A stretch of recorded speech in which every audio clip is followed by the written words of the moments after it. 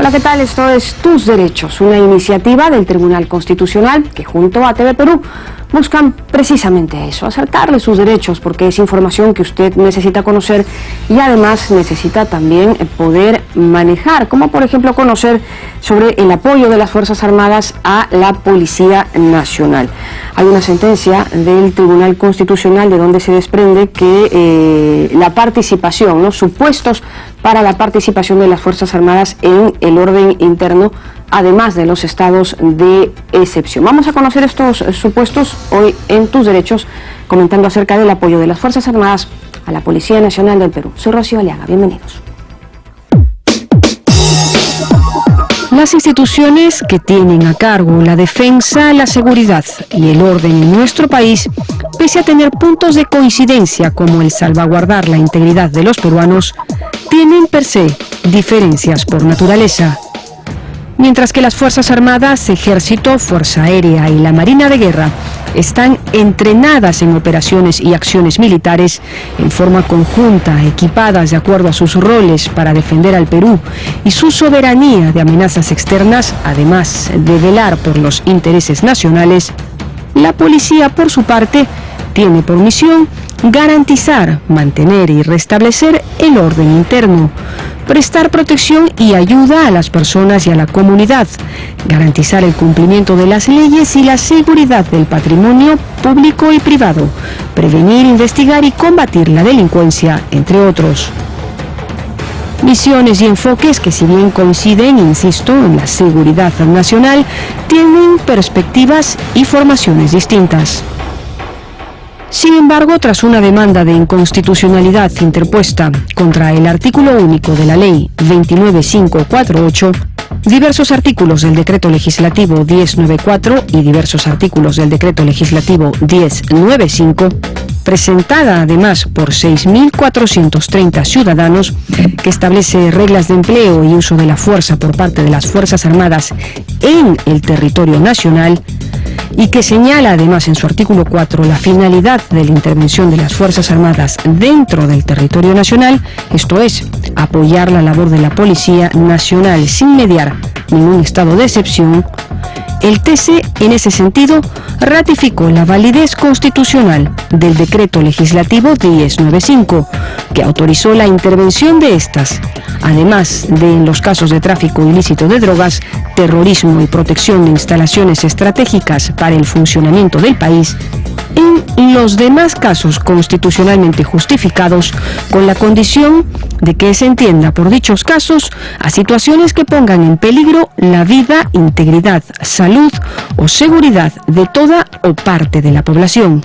Esto es, cuando la capacidad de la policía sea sobrepasada en su operatividad de control del orden interno, sea previsible o existiera peligro de que ello ocurriera. Escuchábamos el informe que siempre nos trae a contexto, nos pone en contexto el tema que estamos atendiendo hoy, el apoyo de las Fuerzas Armadas a la Policía Nacional del Perú, y es que en realidad el orden interno es un tema de la Policía Nacional y la defensa del territorio nacional es un tema de las Fuerzas Armadas, y en ese sentido la Constitución tiene en los artículos que hemos referido en el informe muy estimado y claro el tema, ¿no es así, Felipe? Buenos días. ¿Cómo te va, Rocío? Efectivamente, la Constitución se pone en una situación de normalidad, y en una situación de normalidad los derechos de las personas están claramente protegidos y defendidos y encuentran su cauce en los mecanismos regulares que conocemos, pero puede haber situaciones de excepción, y a eso te refieres cuando hace referencia a estos estados de excepción en el cual, por ejemplo, o los derechos se suspenden o inclusive estos pueden restringirse y funcionar una lógica en la que se necesita habilitar el ejercicio de derechos. ¿A qué me refiero? A ver. En el caso de una catástrofe, que nadie la quiera, un sismo, o en el caso de una grave perturbación del orden interno, por una algarada, por una marcha que ha degenerado en un ataque a las fuerzas tutelares de nuestro país o a un interés público, en esos casos el Estado peruano está llamado a suspender la normalidad y a decretar un estado de excepción, que en este caso específico se llama estado de emergencia. Y de eso escuchamos mucho porque hay muchas partes del Perú, estoy pensando en el Braem, ¿no? En el Valle del Río N, Apurímac y Mantaro, que está decretado como estado de emergencia hace mucho tiempo. ¿Y cuál es la singularidad de eso? Que allí algunos derechos, por ejemplo la libertad de reunión, la libertad o la inviolabilidad de domicilio, están suspendidos.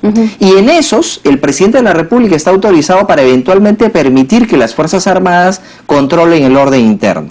De lo que se trata aquí, bueno, y para terminar de contar la historia, también hay los estados de sitio, pero esos ya están referidos a invasiones que podrían provenir de un país extranjero, etcétera, ¿no? Son los dos estados de excepción que hay, estado de emergencia y estado de sitio. Pero hay una situación que es sobre la que ha legislado el decreto legislativo 1095 y sobre el cual el tribunal se ha pronunciado, en el que en situaciones que no son estado de emergencia se faculta a las Fuerzas Armadas a contribuir con la policía en el restablecimiento del orden interno. De eso es que trata este pronunciamiento también del tribunal. Bueno, lo vamos a ampliar en este programa, nos vamos a ir a la pausa, pero regresamos para hablar del tema con el doctor Juan Velid Granda, el internacionalista, para que nos comente un poco sus impresiones respecto de el tema regional. Nos vamos a ir a la pausa, regresamos con más en Tus Derechos.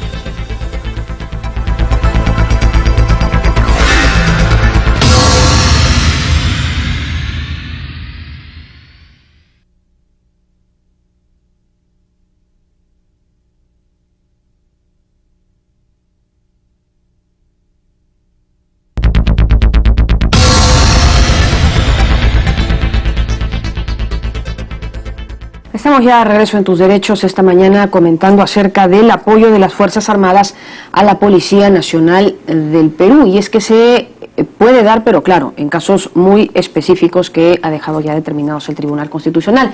Y para que nos comente de ellos, nos acompaña esta mañana el doctor Juan Velid Granda, bueno, que no necesita mayor presentación, ¿no?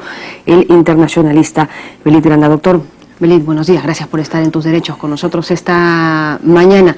Y bueno, hay... Muchas gracias por la invitación, Rocío. Por favor. Y muy feliz de estar con ustedes. Bueno, a ver, conversemos, porque, resulta que ya están los estados de excepción especificados, ¿no?, en la Constitución, que permiten, pues, digamos, tener el tema más que claro, pero... ¿Cuándo fuera de estos las Fuerzas Armadas pueden apoyar a la Policía Nacional? Bueno, yo lo que creo es que en el estado de excepción, que está en el artículo 137 de la Constitución, lo tipifica muy claramente. Y tú me vas a permitir que haga ligeramente aquí una acepción al respecto. Dice: el estado de emergencia en caso de perturbación de la paz o del orden interno, de catástrofe o de graves circunstancias que afecten la vida de la nación. Y luego agrega: en esta eventualidad puede restringirse o suspenderse el ejercicio de los derechos constitucionales relativos a la libertad.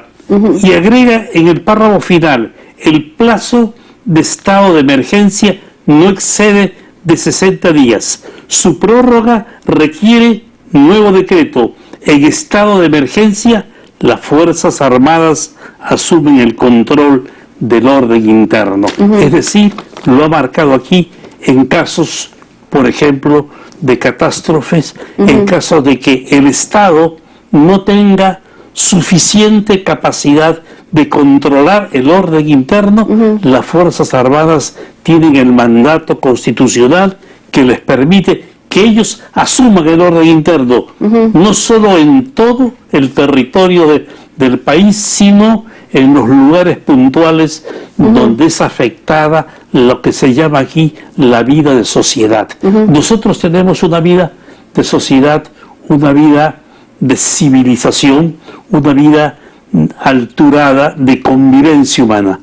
Si existe un factor interno o externo que afecte a este mecanismo y a este recurso de vida, las Fuerzas Armadas tienen la potestad de intervenir. Por cierto, que también la intervención de las Fuerzas Armadas generan y provocan algunas inquietudes. En primer lugar, en los lugares donde están ubicadas las Fuerzas Armadas y ellos tienen el control interno del país o de la región, algunos algunos derechos se relativizan. Se puede detener a una persona, se puede ingresar a su domicilio, se puede también interrogarlos por más del tiempo que permite el derecho penal a un civil, etcétera. Pero tiene también como consecuencia que el país es percibido, lo que podemos llamar en el contexto internacional, de una manera un poco difícil. Es decir, este país está pasando circunstancias que dificultan la inversión, que también se aleja el turismo, que también algunas empresas se abstienen de invertir, que aún internamente la misma población se desplaza a otros sitios porque los comercios que están en ejecución o en acción en esa área territorial, te digo los restaurantes, te digo las discotecas, te digo los bares, cierran a una hora determinada. Claro, porque si aún viniendo a poner estabilidad en una situación de crisis, se percibe esto de hecho fuera como de inestabilidad, ¿no? Exactamente. Y existe, Rocío, un tema que podría parecer un tema ya mucho más profundo, evidentemente lo es, pero que además tiene una lectura también desde lejos. A ver. Lo que se llama el ethos.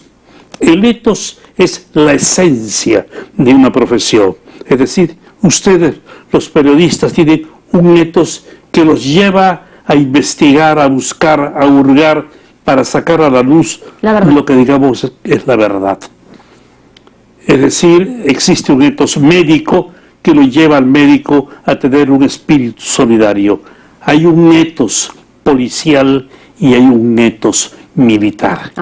Un ethos policial que también al policía lo lleva y lo empuja a que él sea un defensor de la justicia, que sea un defensor de la convivencia humana, que sea un defensor de la vida civilizada. Ese ethos no siempre es compartido con el ethos militar. El ethos militar tiene una dimensión particular y singular porque su objetivo es la defensa de los intereses de la nación, como conjunto, como patria, sin olvidar que la palabra patria viene de padre. Es decir, ese es el principal impulso del militar, defender el territorio, defender los valores del país. ¿Pero podrían encontrar coincidencias entre ambos ethos? Yo creo que en situaciones como la que estamos viviendo, no solamente en el Perú, en el mundo, hay una suerte de variante y de cambio de ethos, porque nosotros también vemos que la policía, no solo del Perú, sino de cualquier parte del mundo, utiliza, por ejemplo, te digo, uniformes camuflados que no tendría por qué utilizarlo, porque este es el vestido de las Fuerzas Armadas para confundirse con la naturaleza, que no es la misión de la policía. La policía utiliza ahora armas de grueso calibre, la policía utiliza ahora helicópteros, aviones, y por otro lado, los militares están ellos combatiendo al narcotráfico, que es una tarea estrictamente policial. Los militares, te digo, del mundo, no me refiero al Perú, no me refiero a América Latina, están hoy día combatiendo a los delincuentes, a las mafias del mundo, y hay una suerte de tergiversación del ethos donde se dice se están militarizando los policías y se están policializando los militares. Este es un contexto internacional que creo que en el Perú ha llegado el momento en que se aplique. Bueno, muchísimas gracias, doctor Velita. Aquí lo hemos escuchado todos muy atentos. Le agradecemos nuevamente su presencia en Tus Derechos. Nos vamos a ir a la pausa, pero regresamos rapidito para seguir comentando el apoyo de las Fuerzas Armadas a la Policía Nacional del Perú. Pausa y regresamos.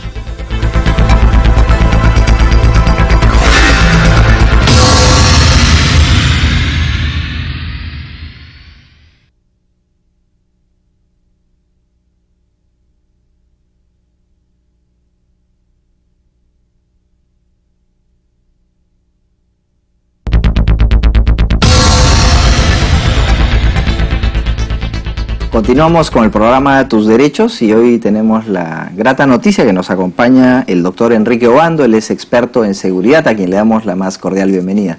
Bueno, muchísimas gracias por la invitación, un placer estar con ustedes. Muchas gracias, doctor. Estamos comentando una sentencia que ha dado el Tribunal Constitucional en general, sobre la justicia penal militar. Y uno de los extremos que ha llamado la atención y sobre el cual se está haciendo este programa, es sobre la posibilidad de que las Fuerzas Armadas apoyen a la Policía Nacional cuando esta última se ha visto sobrepasada en su capacidad de control de orden interno. ¿Esta situación es normal, es excepcional? ¿Cómo la califica? Bueno, normal no puede ser porque la razón de ser de la Fuerza Armada no es esa, ¿no? O sea, la razón de ser de la Fuerza Armada es, para decirlo claro, la guerra externa. Y los soldados están preparados para ello, o sea, no están muy preparados para hacer labor de policía. Y lo normal sería que la policía esté en condiciones pues de solucionar todos los problemas que se presenten en el tema de orden interno, pero como lamentablemente pues no es la situación, entonces es necesario tomar las previdencias para asegurarnos de que la Fuerza Armada pueda apoyar en determinados casos a la policía. Nada nuevo, o sea, en el tema de narcotráfico ha ocurrido, en el tema de subversión ha ocurrido, y ahora se está planteando pues que se haga sin necesidad de declaración de estado de emergencia, ¿no? Porque el estado de emergencia tiene su trámite más o menos largo, y a veces puede darse una situación inmediata que se requiere la intervención. La policía no está en condiciones, entra a la Fuerza Armada, pero resulta que no está facultada para hacerlo. O sea que eso me parece que es un paso positivo. Y dentro de esas causales que permitirían la participación de las Fuerzas Armadas, adicionalmente a las que usted ha mencionado, ¿no? Subversión, tráfico ilícito de drogas, se ha hecho mucha referencia a la protección de instalaciones estratégicas que permiten el funcionamiento del país. Estoy pensando en una represa, en un puerto, en un aeropuerto, que eventualmente pueda ser invadido por un grupo de personas, y respecto a estas la policía no puede darse abasto y recurre a las Fuerzas Armadas. En esto sí quizá es algo relativamente nuevo en cuanto a la responsabilidad que le asignan a las Fuerzas Armadas de poder apoyar a la Policía Nacional. Bueno, es nuevo efectivamente, pero es absolutamente necesario. O sea, yo creo que estas instalaciones estratégicas deben tener claramente protección, y si no hay la posibilidad de que la policía lo pueda hacer, entonces tendrá que asumir el tema de la Fuerza Armada. Claro, y dentro de estas instalaciones estratégicas también están aquellas vinculadas a servicios públicos esenciales, ¿no? ¿Cómo se ve desde el punto de vista de seguridad que las Fuerzas Armadas puedan apoyar a que los servicios públicos esenciales se mantengan, ¿no? Estoy pensando en luz, agua, desagüe, etcétera. Uno dice, tiene que ver las Fuerzas Armadas, cuya misión es defender la soberanía territorial, con la defensa de estos menesteres, de estos temas. Bueno, claro que sí, o sea, es imprescindible que el país funcione. Y evidentemente si no vamos a tener agua, si no vamos a tener electricidad, si no vamos a poder comunicarnos, entonces el país no va a funcionar. Y eso tiene un costo, y es un costo pues altísimo, ¿no? O sea, es un costo en el tema de la producción, es un costo en el PBI del país, pero es un costo también de político, del malestar de la población, cuando resulta que no está recibiendo los servicios que requiere. Y si hay algún grupo hostil, vamos a llamarlo, que ocupa una de estas instalaciones, y ha ocurrido, o sea, no, claro, no es que la historia del Perú, claro, no es que lo estemos inventando ni poniéndonos en la hipótesis de, ha ocurrido. Entonces es necesario pues sencillamente encontrar una solución. Claro, y siempre teniendo en cuenta que la policía no ha podido satisfacer en todo caso esta exigencia, ¿no? Y por eso se tiene que recurrir a las Fuerzas Armadas. Bueno, pero ahí hay un tema importante, o sea, la policía está preparada para tratar con la población, o sea, es entrenada para ello.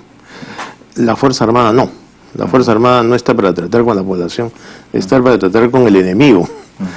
Y hay que tener cuidado en el uso de las Fuerzas Armadas, porque cuando se llama a la Fuerza Armada para cumplir una misión, es esperable que la Fuerza Armada use algo más de fuerza del que hubiera utilizado la policía. Claro, es un nivel de entrenamiento distinto a un estado normal, ¿no? Estamos hablando de un estado más bien de excepción en el que las Fuerzas Armadas recurren a la fuerza, valga la redundancia, ¿no? Así es. Y otra de las causales que ha suscitado un debate interesante entre la comunidad académica en general es que se habilita la participación de las Fuerzas Armadas en apoyo a la Policía Nacional, insisto, en los casos considerados constitucionalmente justificados, ¿no? Y esta fórmula de redacción ha motivado que mucha gente considere que es una fórmula un tanto indeterminada, un tanto vaga, que podría posibilitar la intervención de manera arbitraria en las Fuerzas Armadas, porque podrían decir, ante un simple bloqueo de carreteras, o no tan simple, motivar la participación de las Fuerzas Armadas, lo que les parecería quizá un exceso, porque dirían en ese caso que solo participe la Policía Nacional del Perú. Sin embargo, el tribunal ha declarado que esa fórmula de reacción de casos constitucionalmente justificados es admisible constitucionalmente y por lo tanto conserva esta opción.